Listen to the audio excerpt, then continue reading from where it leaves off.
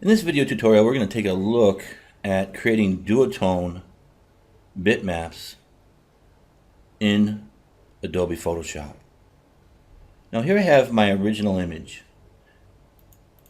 And we're going to take a look at a couple of different methods, actually two, for creating duotones. One is the gradient map duotone with the gradient map adjustment layer, and the other is a manual method. Now here I have the gradient map duotone that I've set up. And I've used the same colors that I used for my manual duotone. And we can see a slight difference here. I'll turn this off and we can see a change in the contrast. Now if this is the effect that you're looking for, that's fine, but there are other ways to do things. We'll start out with the gradient map duotone technique. I'll turn this background copy back on, select it and hit Control J. Duplicate that. I'm going to go to Image, Adjustments, go to Black and White, and I'm going to select Maximum White as the preset and select OK.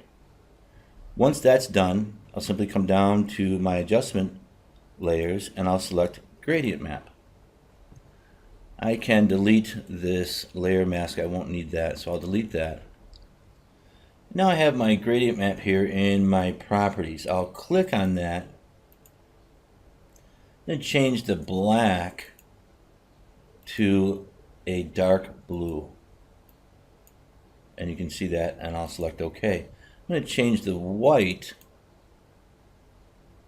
to a yellow. I'll come up here and I'll change that to a yellow. Bring that down a little bit and select OK. And select OK. So very quickly I've created a gradient map duotone in Adobe Photoshop, working with the gradient map. Very easy, very quick. Now that we've seen that method, I'm just going to go ahead and select both of these layers and I'll delete them.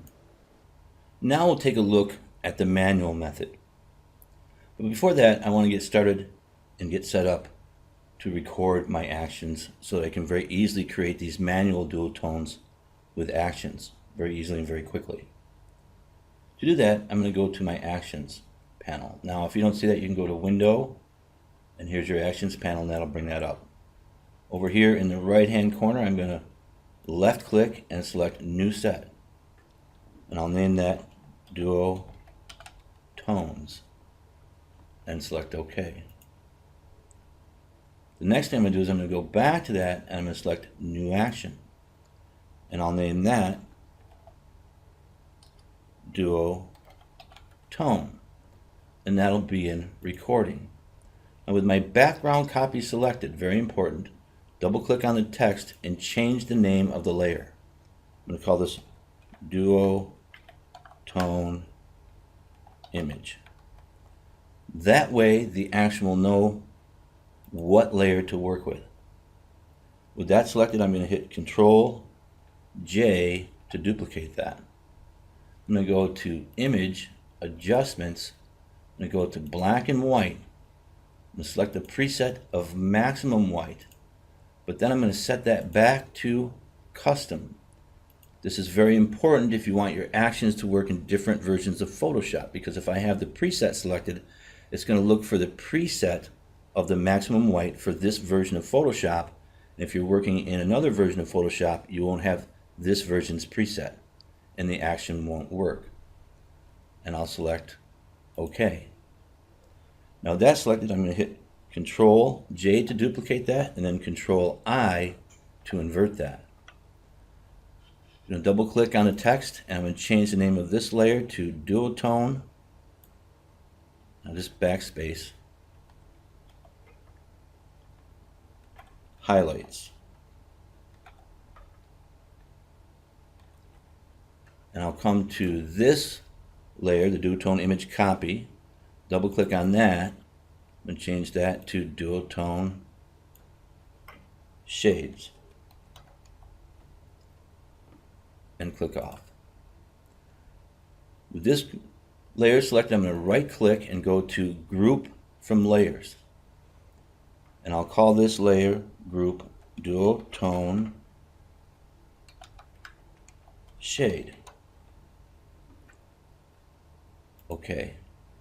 Now do the same thing with the highlights. Right click, group from layers, layer group name, Duotone highlights.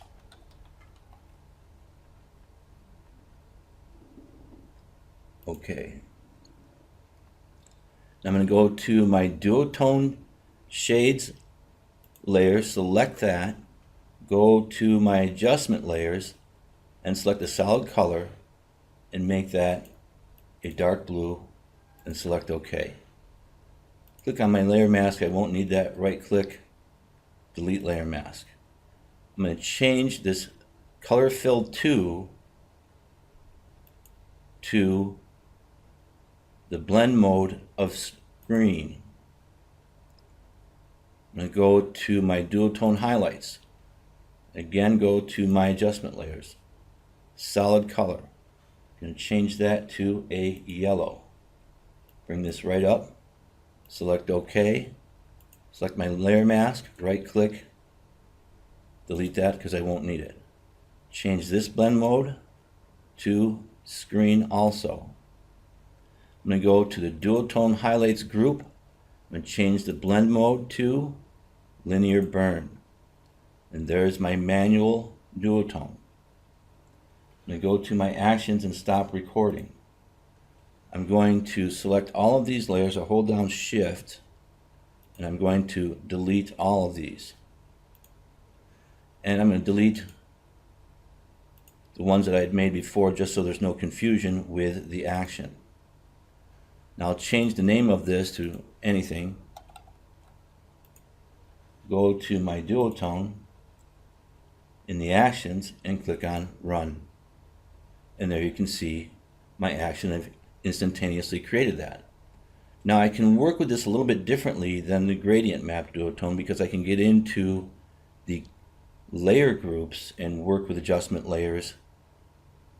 For example, I could go to the shades and bring an adjustment layer of, let's say, levels and start to make some adjustments there. Now, yes, you can work with the adjustment layers on top of the gradient map duotone, but this is a little different. And I'll select delete for that. And with my manual groups that I've set up for the duotone, I can also change the colors. Very similar how we can work with the gradient map duotones.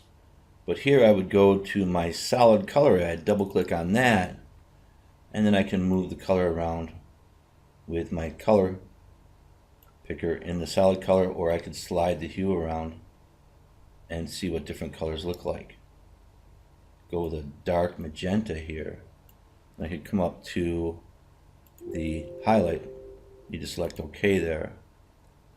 Go up to the highlight, go into the magentas, and bring that off into a different color.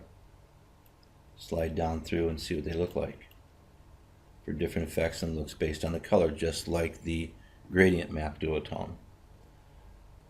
So to wrap up, we've taken a look at two different methods to create duotone bitmaps and work with duotone effects in Photoshop, and we've created an action for our manual duotone, and I'll post that for download so we can create those manual ones very quickly in Adobe Photoshop. We'll wrap here, and we'll see you in our next tutorial.